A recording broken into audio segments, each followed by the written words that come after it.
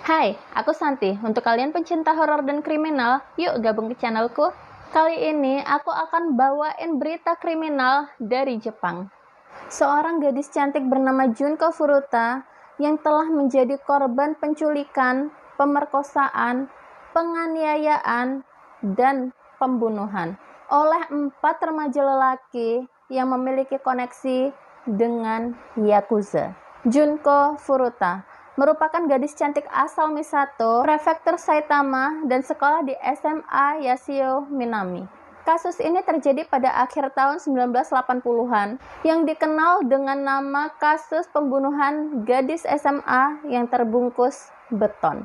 Disebut demikian karena tubuh Furuta ditemukan di dalam drum yang berisi dengan ratusan liter semen.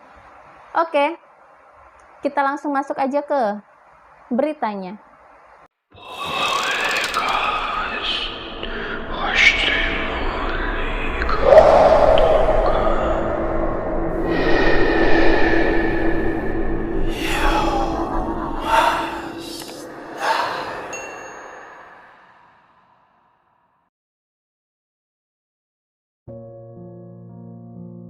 Awal bencana dari Furuta dimulai ketika seorang lelaki bernama Hiroshi Miyano yang mempunyai reputasi sebagai tukang bully dan memiliki koneksi dengan Yakuza menyukai kecantikannya. Biasanya nih, Miyano dan teman-temannya ini menyukai seorang perempuan yang nakal, suka minum alkohol, merokok, atau pakai narkoba. Tapi entah kenapa, tiba-tiba aja si Miyano ini tertarik sama si Junko, yang notabene dia ini cewek pendiam. Suatu ketika, si Miyano ini menyatakan cintanya. Namun, oleh Furuta ditolak dengan alasan dia memang belum ingin pacaran. Karena selama ini dia belum pernah ditolak. Ya mungkin karena gadis-gadis di sana pada takut sama geng Yakuzanya dia. Jadi, saat dia menerima penolakan pertamanya, dia benar-benar marah besar. Dan di suatu malam, pada tanggal 25 November 1988, tepat pukul 20.30, si Furuta ini pulang dari kerja part-time-nya dengan menaiki sepeda. Dan malangnya, saat itu si Miyano dan Nobuharu Minato, temannya, sedang berkeliaran di sana untuk merampok dan melecehkan wanita-wanita yang mereka temui. Nggak sengaja nih, mereka melihat Furuta sedang menaiki sepeda. Dan tiba-tiba muncullah akal licik dari Miyano. Atas perintahnya, si Minato mendatangi Furuta dan segera menendang sepeda Furuta hingga gadis itu terjatuh. Minato lalu kabur. Sementara itu, si Miyano berpura-pura baru datang dan menolong si Furuta. Seakan-akan dia ini jadi pahlawan kemalaman lah ya. Dan saat itu dia langsung menawarkan dirilah untuk mengantar si Furuta pulang agar dia selamat sampai rumah. Namun, bukannya diantar pulang, dia malah membawa Furuta pergi ke bekas gudang yang tak jauh dari tempat dia terjatuh. Di sana, dia mulai melecehkan Furuta untuk yang pertama kalinya. Setelah selesai, si Miyano mulai melancarkan ancaman, memamerkan kekuasaan, dan kembali menyinggung tentang koneksinya bersama Yakuza. Oleh Miyano, Furuta dibawa ke hotel dan segera menghubungi kedua temannya bernama Jo Ogura dan Yasushi Watanabe. Jadi di sini lengkap ya, 4 pelaku penjahatnya. Yang pertama Hiroshi Miyano, yang kedua Nobuharu Minato, yang ketiga Jo Ogura, dan yang terakhir Yasushi Watanabe. Di sana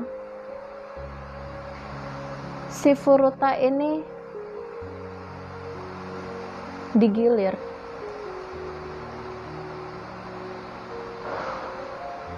Dan keempatnya membawa Furuta ke rumah orang tua Minato di distrik Ayashi, Adachi. Sebelumnya, Miyano dan ketiga temannya ini sudah memiliki rekam jejak pemerkosaan terhadap seorang wanita secara beramai-ramai.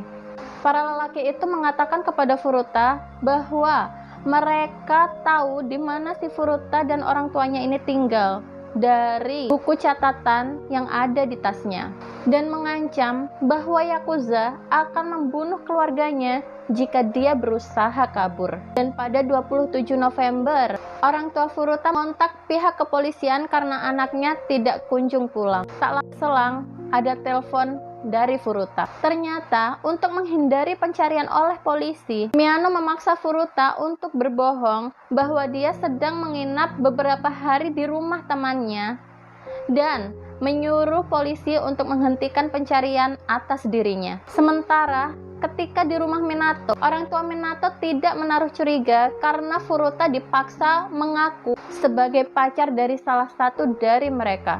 Meski tak sepenuhnya percaya, keluarga Minato lebih memilih diam karena mereka takut oleh koneksi Yakuza dari teman anaknya itu. Dan di rumah itulah selama kurang lebih 40 hari ke depan, Furuta berkali-kali mendapatkan penyiksaan yang tingkat kekejamannya melewati logika kemanusiaan. Bukan hanya oleh keempat lelaki itu, tapi teman-teman Yakuzanya juga seringkali diundang untuk ikut serta menyiksa Furuta. Laporan resmi pengadilan Jepang mencatat penyiksaan dengan detail yang dinarasikan ulang oleh media massa setempat.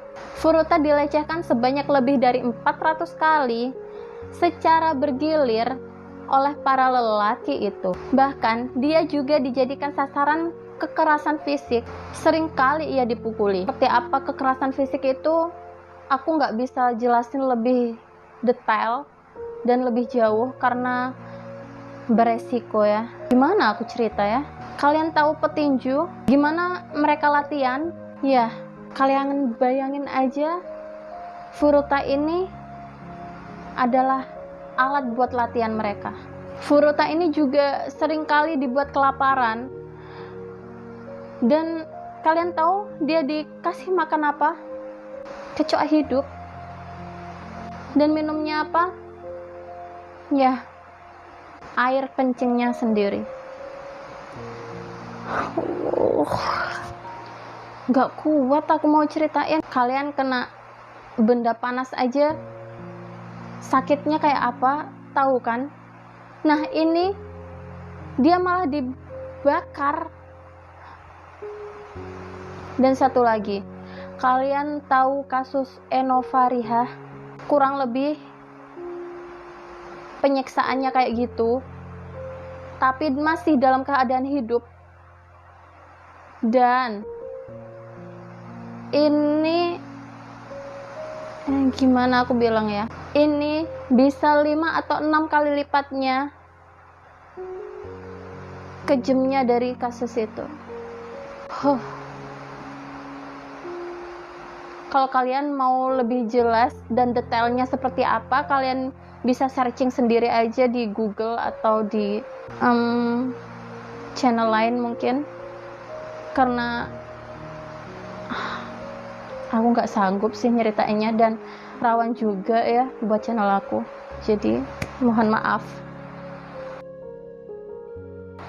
Dan pada akhirnya di hari ke-16 dari penyekapan Furuta, ada seorang pria yang diintimidasi untuk melecehkan Furuta, dan orang ini menceritakan ke saudaranya, dan pada akhirnya saudaranya ini pun menceritakan kisah ini ke orang tuanya dan menyuruh orang tuanya untuk melaporkan hal ini ke polisi. Akhirnya ada 2 polisi nih datang ke rumah Minato. Namun kedua polisi yang bertugas ini mengatakan bahwa tidak ada perempuan selain ibu Minato di sana. Yang ternyata kedua polisi itu tidak memeriksa ke dalam rumah Minato dan tidak melaksanakan tugasnya dengan baik. Andaikan mereka masuk dan melaksanakan tugasnya dengan baik, kan Furuta nggak jadi meninggal. Mungkin dia masih bisa diselamatin, mungkin dia masih bisa hidup sampai sekarang. Sedih aku tuh. Dan mungkin Dia sudah bisa disembuhkan dari luka-lukanya.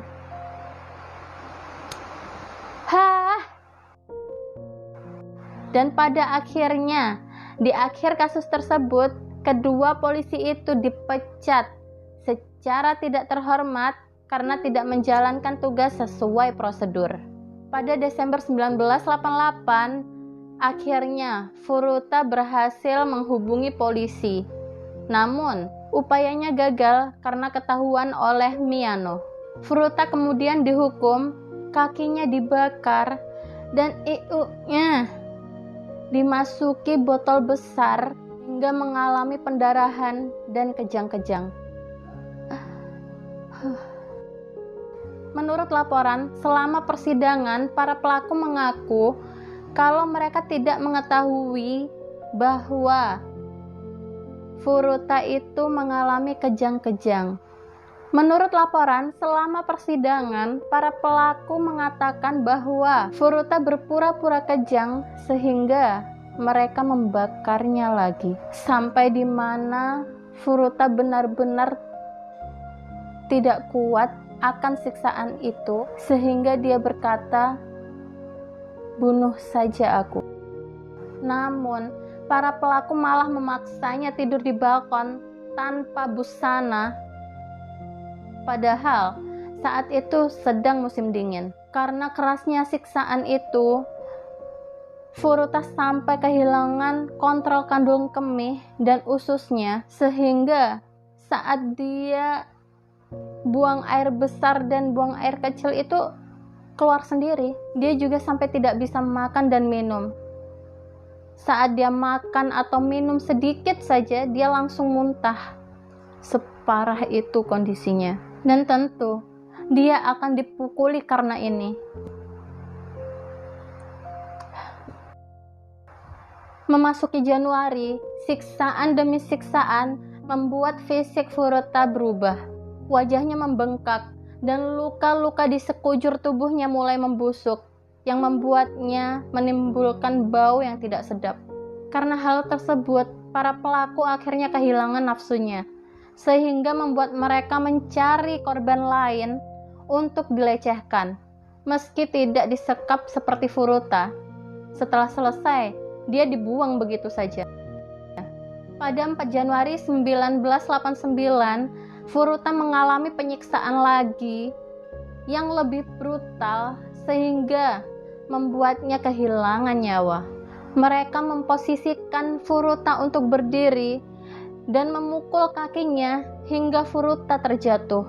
Dia mengalami pendarahan yang cukup parah dan nanah muncul dari luka bakarnya yang terinfeksi. Saat itu, bukannya kasihan melihat keadaan Furuta, para pelaku itu malah mengambil sarung tangan dan lanjut untuk menyiksa Furuta. Mereka terus memukuli Furuta dan sampai menuangkan cairan ke sebagian tubuhnya dan membakarnya. Furuta sempat berusaha untuk mematikan apinya, namun tubuhnya lambat laun menjadi tidak responsif. Furuta akhirnya meninggal setelah disiksa selama 2 jam. Takut tertangkap polisi, para pelaku kemudian membungkus tubuh Furuta dengan selimut, menempatkannya di drum bervolume 208 liter dan mengisinya dengan semen basah. Pada pukul 8 malam, mereka membawa drum ke sebuah daerah bernama Koto di Tokyo, yang kemudian membuangnya ke dalam truk semen. Beberapa pelaku akhirnya ditangkap pada akhir Januari 1989 dan pada 29 Maret setelah interogasi lebih lanjut, mereka mengakui kejahatan yang dilakukan kepada Furuta dan menyeret pelaku lainnya.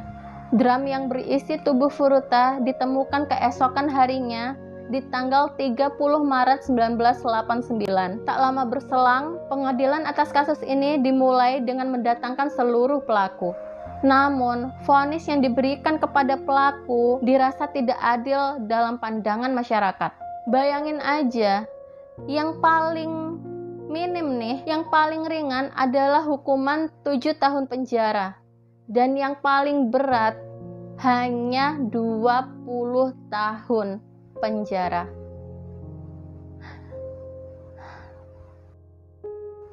Hakim mengaku kesulitan memenuhi keinginan masyarakat karena para pelaku ini masih di bawah umur.